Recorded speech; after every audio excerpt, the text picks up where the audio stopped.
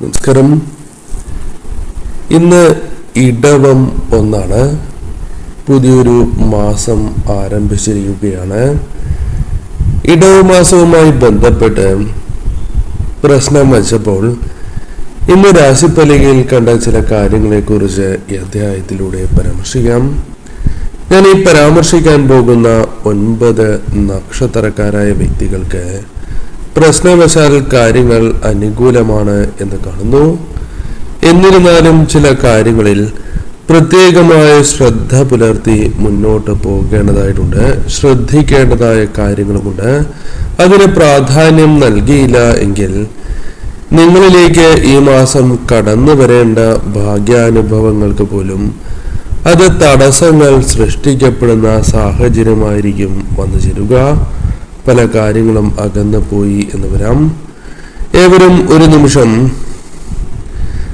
നിങ്ങൾ വിശ്വസിക്കുന്ന ശക്തിയുടെ നാമം ഈ മാസം ഏറ്റവും അനുകൂലമായി തീരണം എന്ന പ്രാർത്ഥനയോടെ കമന്റായി രേഖപ്പെടുത്തി ഏവരും വധിക്കണം.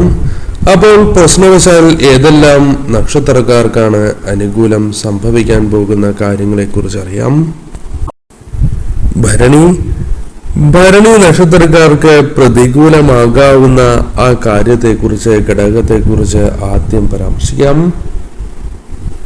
ശനി, ചൊവ്വ, രവി എന്നീ പാപഗ്രഹങ്ങൾ 12-നും ജന്മത്തിൽ 2-ാം ഇടത്തുമായി സഞ്ചരിക്കുകയാൽ ചില കാര്യങ്ങൾ, അതായത് എളുപ്പം നടക്കേണ്ടതായ ചില കാര്യങ്ങൾ, അത് അല്പം ഒരു വിഷമത്തിലേക്ക് നീങ്ങാവുന്നതാണ്. ദേഷ്യം ക്രമാതീതമായി വർദ്ധിക്കുകയും അത് പല കാര്യങ്ങളിലും നിങ്ങൾക്ക് ദോഷകരമായി ഭവിക്കുകയും ചെയ്യാം. പെട്ടെന്ന് ദേഷ്യപ്പെടുന്ന അവസ്ഥ വന്നു ചേരാം. എന്നാൽ ബുധ, ശുക്രന്മാർ അനുകൂല ഭാവങ്ങളിൽ സഞ്ചരിക്കുകയാൽ പഠന മികവ് വന്നു ചേരും. വിദ്യാഭ്യാസവുമായി ബന്ധപ്പെട്ട കാര്യങ്ങൾ കൂടുതൽ അനുകൂലമായി തീരാം. പ്രണയികൾക്ക് കാലം അനുകൂലമാണ്. കൂടാതെ സമ്മർദ്ദം ഒരു പരിധിവരെ തരണം ചെയ്യുവാനും നിങ്ങളുടെ കുടുംബവുമായി ബന്ധപ്പെട്ട് അനുകൂല സാഹചര്യം, തർക്കങ്ങളുണ്ട് എങ്കിലും പരിഹരിച്ച് മുന്നോട്ട് പോകുവാനും കുടുംബ സൗഖ്യം വന്ന് ചേരുവാനും സാധ്യത കൂടുതലാണ്. ധനപരമായി അല്പം മെച്ചം വന്ന് ചേരുന്ന സമയമാണ്. നിക്ഷേപങ്ങൾ കരുതലോടെ വേണം.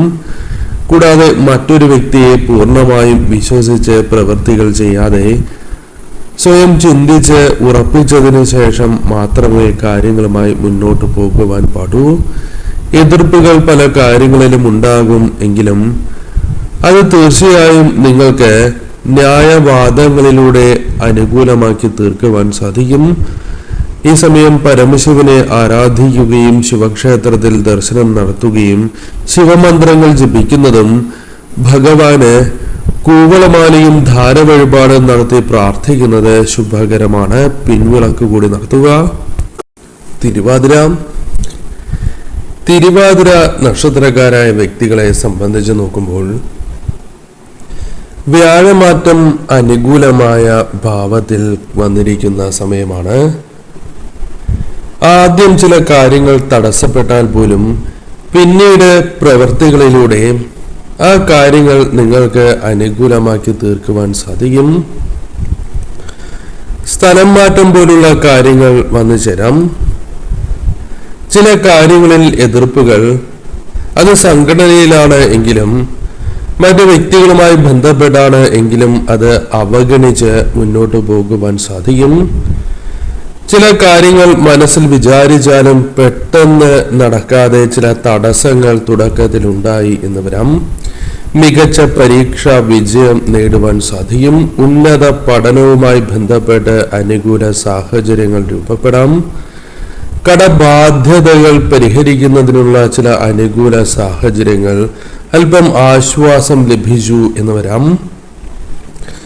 കൂടാതെ ഈ സമയം നിങ്ങൾക്ക് ഭൂമി വാങ്ങുവാനും വിൽക്കുവാനുള്ള സാധ്യതകളും തുലവും കൂടുതലാണ്. ശ്രമങ്ങൾ നടത്തുകയാണ് എങ്കിൽ കാര്യം നടക്കും. വിനോദയാത്ര, തീർത്ഥയാത്ര പോലുള്ള കാര്യങ്ങൾ സംഭവിക്കാം. കൂടാതെ ഈ സമയം വിവാഹവുമായി ബന്ധപ്പെട്ട കാര്യങ്ങൾക്കുള്ള ശ്രമങ്ങൾ അല്പം കൂടി കൂടുതൽ പുഷ്ടിപ്പെടുന്ന സമയമാണ്. പൊതുവിൽ അനുകൂലമാണ് എന്ന് പറയാം. എന്നിരുന്നാലും ധനപരമായ കാര്യങ്ങളിൽ പ്രത്യേകമായ ശ്രദ്ധ, ചെലവിന്റെ കാര്യത്തിൽ ശ്രദ്ധ പുലർത്തണം, ധനവിനിയോഗത്തിലും ശ്രദ്ധ പുലർത്തുക. കൂടാതെ പ്രധാനമായും നിങ്ങൾ ചെയ്യേണ്ടത് ഈ സമയം ഭദ്രകാളി ക്ഷേത്രത്തിൽ ഒരു കടുംപായസം നടത്തി പ്രാർത്ഥിക്കണം.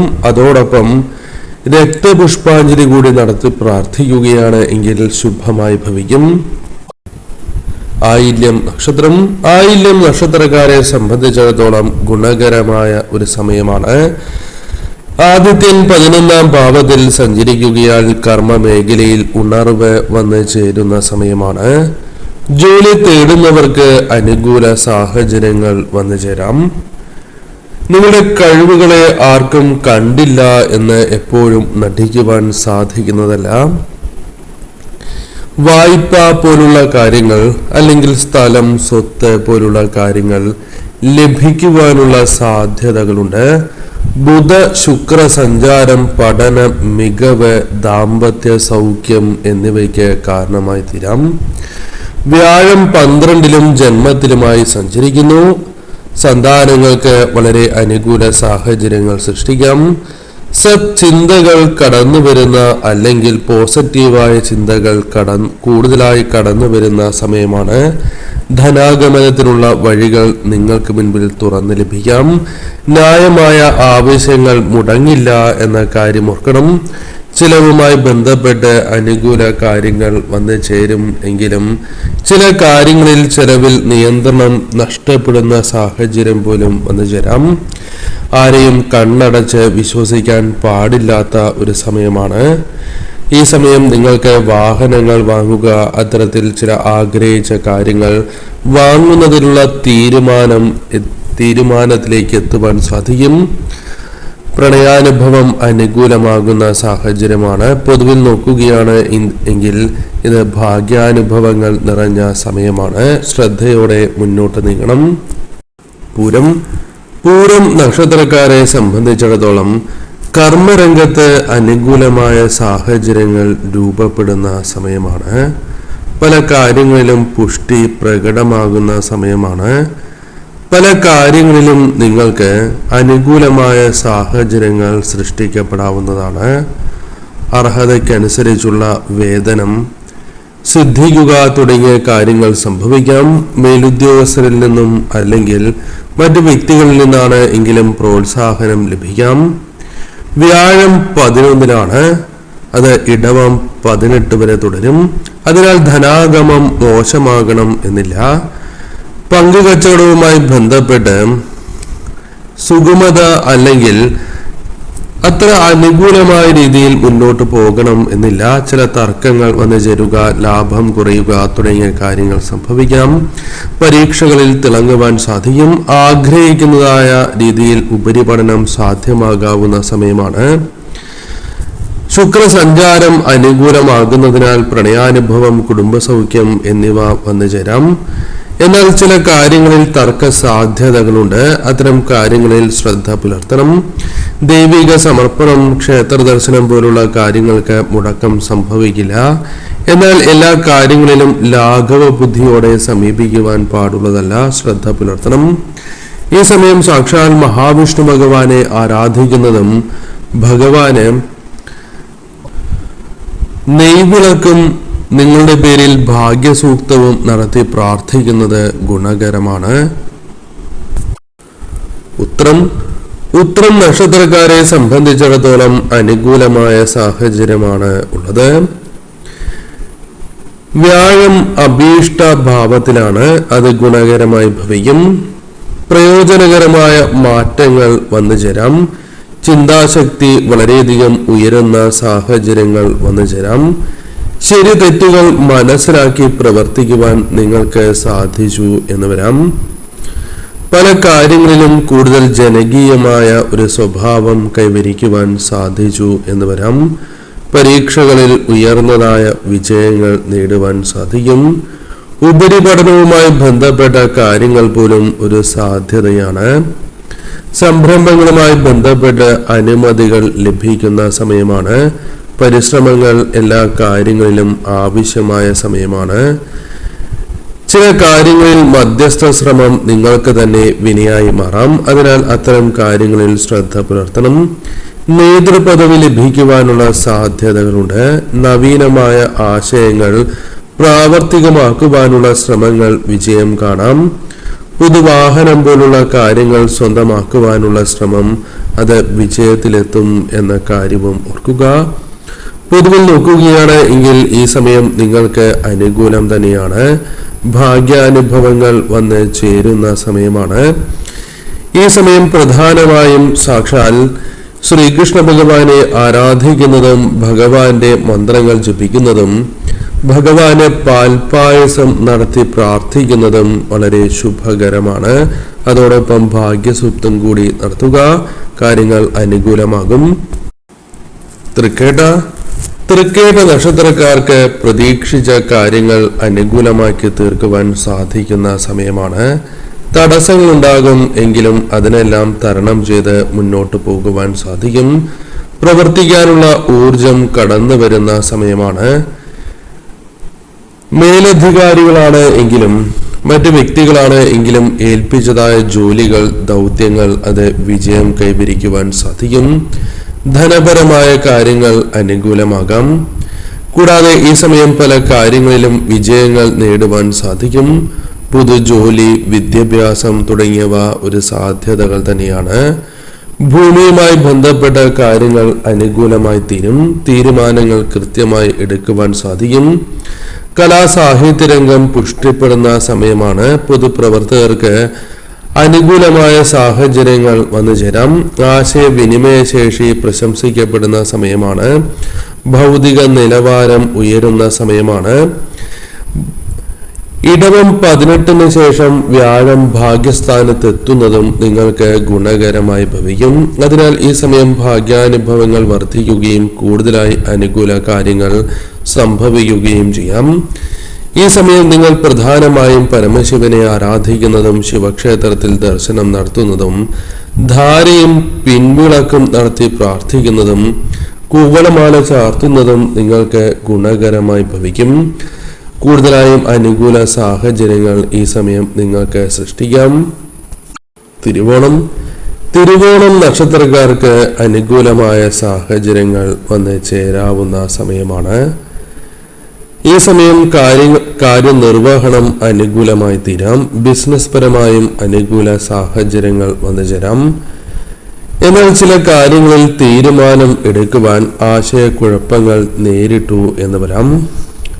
ജോലിയുമായി ബന്ധപ്പെട്ട മാറ്റങ്ങൾ അത് അനുകൂലമായി തീരാവുന്നതാണ്. സ്ഥലം മാറ്റം പോലുള്ള കാര്യങ്ങൾ ലഭിക്കാം. എന്നാൽ ശനിയും രാഹുവും ചൊവ്വയും സമ്മർദ്ദങ്ങൾ വ്യക്തി ജീവിതത്തിൽ സൃഷ്ടിക്കപ്പെടാം. ഇടവം 18 വ്യാഴമാറ്റം നിങ്ങൾക്ക് അനുകൂലമാണ്. 6 നിന്നും 7 ആവുന്നത് ഗുണകരമായി ഭവിക്കും എന്നുള്ളതാണ്. ഈ സമയം പല കാര്യങ്ങളും വാങ്ങുവാനുള്ള അവസരങ്ങൾ കടന്നു വരാം. പഠിപ്പ്, ജോലി തുടങ്ങിയ കാര്യങ്ങൾ അനുകൂലമായി തീരാം. ഇതുമായി ബന്ധപ്പെട്ട് വിദേശത്ത് പോലും പോകുവാനുള്ള അവസരങ്ങൾ വന്നു ചേരുകയോ അല്ലെങ്കിൽ ശ്രമങ്ങൾ ഒരു പരിധിവരെ വിജയം കാണാം. ധനപരമായ നിയന്ത്രണങ്ങൾ വിജയത്തിലേക്ക് എത്തുന്ന സാഹചര്യം പോലുമുണ്ട്. ധനപരമായ കാര്യങ്ങൾ പോലും അനുകൂലമായി തീരാം. അപ്രതീക്ഷിതമായ ഭാഗ്യാനുഭവങ്ങൾ നിങ്ങൾക്ക് തേടിയെത്തുന്ന സമയമാണ്. ധനപരമായ ഉയർച്ച വന്നു ചേരാം. ഭാഗ്യം തുണയ്ക്കുന്ന ഒരു സമയം തന്നെയാണ്. എന്നിരുന്നാലും കാര്യങ്ങൾ ശ്രദ്ധിച്ചു തന്നെ മുന്നോട്ട് പോകണം. പ്രത്യേകിച്ചും ഈ സമയം നിങ്ങളുടെ ജീവിതത്തിൽ ഉണ്ടായിരിക്കുന്നതായ ചില വിഷമതകൾ അത് നിങ്ങളുടെ ജീവിതത്തിൽ കൂടുതൽ നെഗറ്റീവായ ഊർജം പ്രദാനം ചെയ്യുന്ന സമയമാണ്. ഇത്തരം കാര്യങ്ങൾ ഒഴിവാക്കണം. മറ്റുള്ളവരെ കണ്ണടച്ച് വിശ്വസിക്കാൻ പാടില്ല എന്ന കാര്യവും പ്രത്യേകം ഓർക്കണം. ഈ സമയം പ്രത്യേകിച്ചും കാളിദേവിയെ, ഭദ്രകാളി ദേവിയെ ആരാധിക്കുന്നതും കാളി മന്ത്രങ്ങൾ ജപിക്കുന്നതും രക്തപുഷ്പാഞ്ജലിയും കടുംപായസവും നടത്തി പ്രാർത്ഥിക്കുന്നത് ഗുണകരമായി ഭവിക്കും. രേവതി നക്ഷത്രക്കാരെ സംബന്ധിച്ചിടത്തോളം ജീവിതത്തിൽ മാറ്റങ്ങളുടെ ഒരു സമയമാണ്. പല കാര്യങ്ങളുമായി ബന്ധപ്പെട്ടും സമ്മർദ്ദങ്ങൾ അനുഭവിച്ചു പോന്നിരുന്ന നിങ്ങൾക്ക് ആശ്വാസം വന്ന് ചേരുന്ന സമയമാണ്. വിദ്യയിൽ ഉയർച്ച നേടുവാൻ സാധിക്കുന്ന സാഹചര്യങ്ങൾ രൂപപ്പെടാം. ജോലി തേടുന്നവരാണ് എങ്കിലും അവസരങ്ങൾ കടന്നുവരും. 2-ൽ ചൊവ്വ തുടരുന്നതിനാൽ ചില തർക്കങ്ങൾ, വാഗ്വാദങ്ങൾ ഏർപ്പെടുന്ന സമയമാണ്. വസ്തു സംബന്ധിച്ച തർക്കങ്ങൾ പോലും ഉടലെടുക്കുന്നതായ സാഹചര്യങ്ങൾ വന്ന് ചേർന്നു എന്ന് വരാം. ഈ സമയം ഉന്മേഷരാഹിത്യം വന്ന് ചേരുന്ന സമയമാണ്. ശീലങ്ങളിൽ നിന്നും എത്ര ശ്രമിച്ചാലും പുറത്ത് കടക്കുവാൻ സാധിക്കില്ല എന്ന കാര്യം ഓർക്കുക. ആ കാര്യങ്ങൾ തീർച്ചയായും ശ്രദ്ധ പുലർത്തണം. ചില കാര്യങ്ങളിൽ നിങ്ങൾക്ക് ഖേദം തോന്നാവുന്നതാണ്. കലാകാരന്മാർക്ക് അനുകൂല സാഹചര്യങ്ങൾ വന്നു ചേരാം. ഭാവനാശക്തി ഉണരുന്ന സമയമാണ്. ആശയരൂപീകരണം സാധ്യമാകുന്ന സമയമാണ്. ഈ സമയം നിങ്ങൾക്ക് പ്രത്യേകിച്ചും ധനവിനിയോഗവുമായി ബന്ധപ്പെട്ട കാര്യങ്ങളിൽ ശ്രദ്ധ പുലർത്തണം. ധനപരമായി ചില അനുകൂല കാര്യങ്ങൾ വന്നു ചേർന്നാലും ചെലവ് അല്പം വർദ്ധിക്കുന്നതിനാൽ അത്തരം കാര്യങ്ങളിൽ ശ്രദ്ധ പുലർത്തണം. ആരോഗ്യപരമായ കാര്യങ്ങളിലും ശ്രദ്ധ പുലർത്തി മുന്നോട്ട് പോകണം. ദേഷ്യം വർദ്ധിക്കുന്ന സമയമാണ്. ചില കാര്യങ്ങൾ പറഞ്ഞതിന് ശേഷമായിരിക്കും വേണ്ടായിരുന്നു എന്ന് തോന്നുക. അതിനാൽ അത്തരം കാര്യങ്ങളിൽ ശ്രദ്ധിക്കണം. പരീക്ഷാ വിജയം, ഉന്നത വിജയം നേടുവാൻ സാധിക്കും. ഉപരിപഠനവുമായി ബന്ധപ്പെട്ട കാര്യങ്ങൾ അനുകൂലമാകാം. പൊതുവിൽ നോക്കുകയാണ് എങ്കിൽ അനുകൂല സാഹചര്യം തന്നെയാണ് ഉള്ളത്.